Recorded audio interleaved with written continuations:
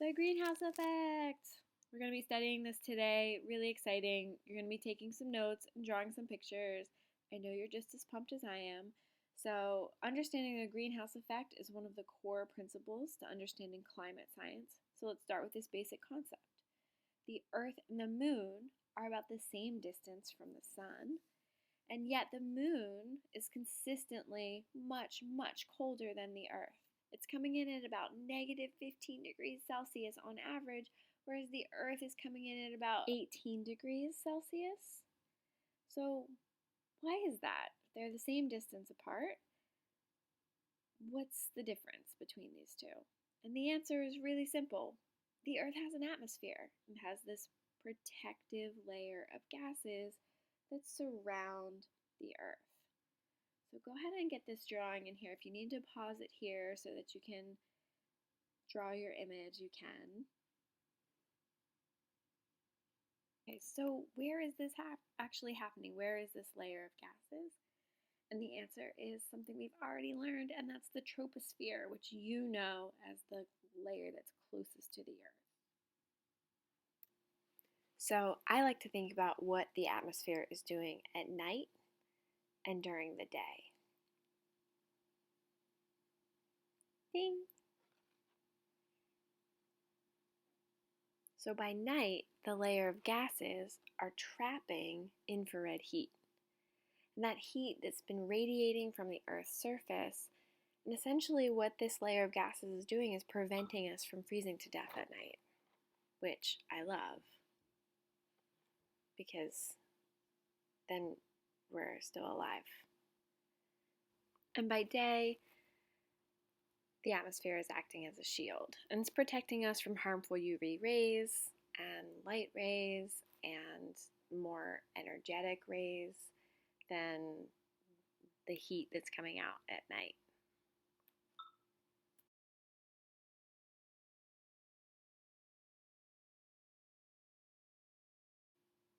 And guess what? This is a really good thing. We love the greenhouse effect. We love the greenhouse gases because it prevents the Earth from being a giant ball of ice, a frozen ball just hurtling through space. The Earth would have an average temperature of 1.3 degrees Fahrenheit, that's negative 18 degrees Celsius, if we had no greenhouse gases. So, why do we call this the greenhouse effect? Probably all of you have seen a greenhouse or been in a greenhouse and have some semblance of an idea of what a greenhouse is. But essentially, in horticulture, it's just a glass house that you grow plants in. So, here's my glass house. It's so good. All right, here's my plants. You should probably also pause and draw yourself a very cute little house right now. Welcome back. Okay, so you have a cute little house now, and what you need to add are some light waves coming through because in a greenhouse you have a glass ceiling and you want light waves to come through from the sun, and these are actually what we call short waves. And they can go through. Remember, we talked about this idea of the Earth being an open system to energy and light can pass in. And that's what's happening right now. We have this glass box and light can come in. But what happens is there's a conversion inside the glass house, and these light waves are converted into heat waves. And they start bouncing around because they're actually trapped and they can't leave the glass roof. So these long waves, aka heat, are now trapped. And this is essentially the same thing that's happening in our atmosphere. So if you imagine a giant greenhouse around our Earth, that's the greenhouse effect. We have light coming in and we have heat bouncing around. Now, recently, people have been questioning, should we change the analogy when we're teaching this to blanket gases, which is sounds a little weird. But the analogy that people seem to understand most when they're polled is that the Earth is kind of like wrapped in a big comfy blanket or like a big down sleeping bag. And That's what's keeping all of the warmth inside. Okay, so what's actually going on here? The sun is sending shortwave radiation, aka visible light, which is a radiant energy. And these wavelengths of visible light are what we call shortwave. So they're going to be represented in the notes always as these little squiggly yellow guys. And we have visible light, we have UV light, and we have near infrared light. You don't really need to remember those, but if you're interested, there's some semantics around how they're differentiated between them. But 30% of the shortwave radiation that comes in to Earth is reflected by clouds. It's just reflected away, and it's reflected by water, and it's reflected by atmospheric particles and dust and Earth's surface. And some of it's even captured for photosynthesis. Plants, photosynthesis, you know the equation, it's in your brain forever. Okay, but here's the thing. 67% of the shortwave radiation that comes in, 67, is transferred into heat. And this is what we're calling long-wave infrared light because it's converted from one form to another. And remember, heat is what we're calling long-wave radiation. So you really need to know the difference between long and short wave. Okay, so what's actually going on? Here's my beautiful world and my atmosphere.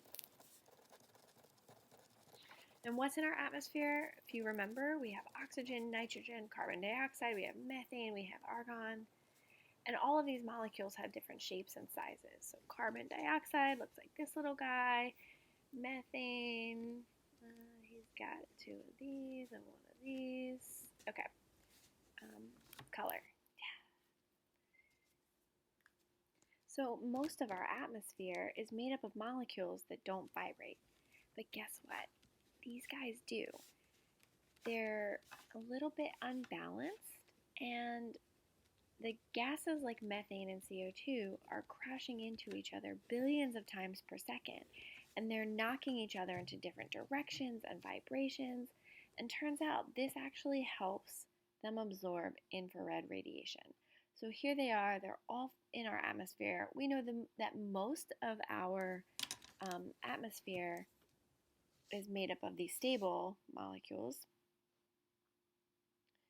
but the few that are here can actually retain up to 90% of the heat that's bouncing around. So in comes shortwave radiation in the form of light waves, and out bounces long wave radiation in the form of heat, and now it's trapped. So 90% of outgoing heat is retained by these guys. All right, now for our greenhouse effect drawing. This is on par with the carbon cycle in terms of importance. So you need to make sure you have all of the parts. You need clouds, you need atmosphere, you need the sun, you need iceberg, you need ocean, land. Okay, pause. Hey, you're back. All right, so now that you have your drawing, you're going to add in some shortwave radiation coming from the sun, and you're going to have it do a couple things. One, you're going to have it hit the land, you're going to have one bounce off of clouds, you're going to have one bounce off of your iceberg, because these are all things that can happen. You're going to have it come and absorb into the ocean, okay? So we're just going to draw the lines first, and then we'll go back and we'll add in what they actually mean. So now you're going to add some long wave radiation. So these are going to be the longer lines. And I'm going to go back over and color them the right colors, but I'm just drawing them in for now. I'm adding long wave radiation, just bouncing around in the atmosphere. It's going back and forth. There it is. Okay, so pause here. We're going to go ahead and add some color so that the lines make sense and you don't mix them up, because I think this part of it's really important. The shortwave radiation that's coming in needs to be yellow and tiny squiggly lines because that's coming in the form of light. And then the long wave radiation are these longer, wider lines, and they need to be red because they are heat. So make sure you have that accurately depicted. Okay, so in your body of water, I want you to add this arrow, this line, where we're converting essentially solar radiation into infrared heat or long wave radiation. Because this is where it happens.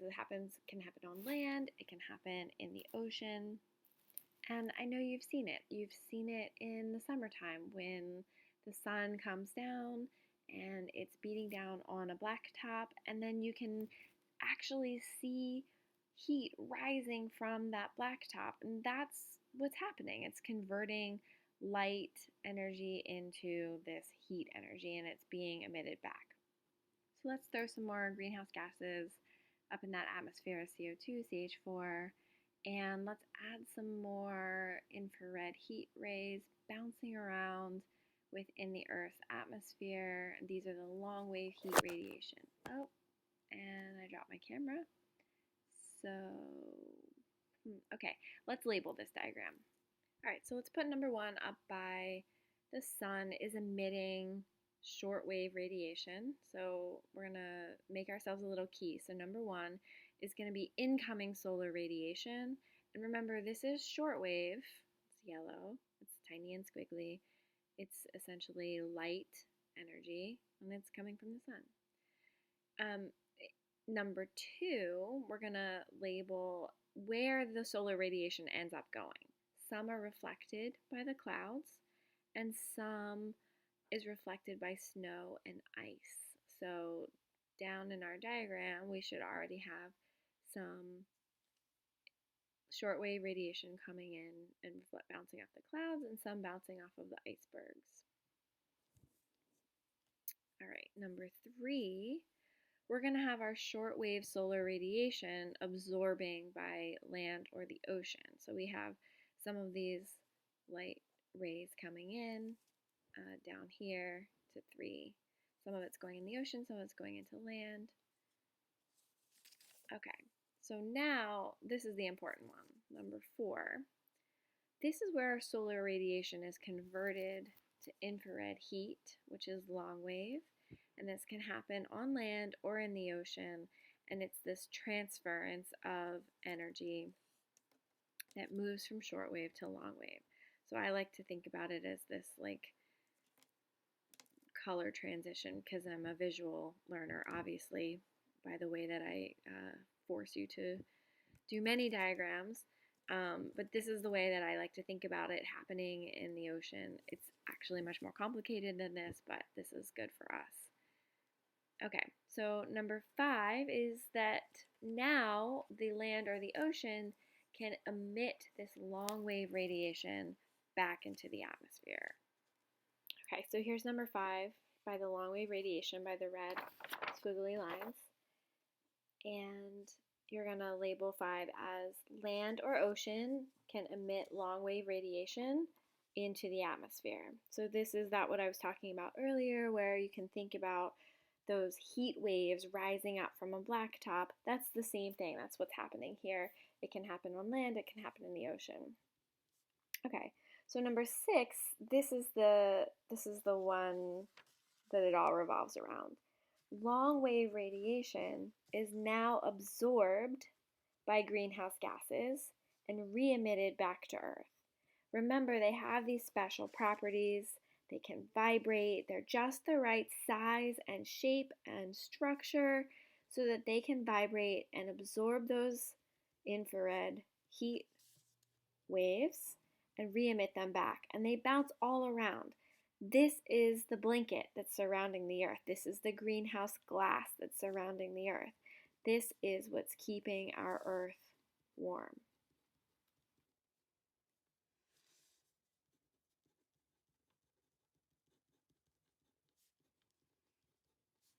So this seems like a really basic concept that might be really easy to understand, and yet it's the thing that people don't seem to be able to grasp when they're grappling with climate science. So next week when we do our lab, it's going to be really important to understand this concept as we try to prove which greenhouse gases have the right properties to vibrate and re-emit heat. All right, so if you have time in class, recopy this diagram, make it beautiful, subscribe to my channel, like all my things. I don't know. Bye.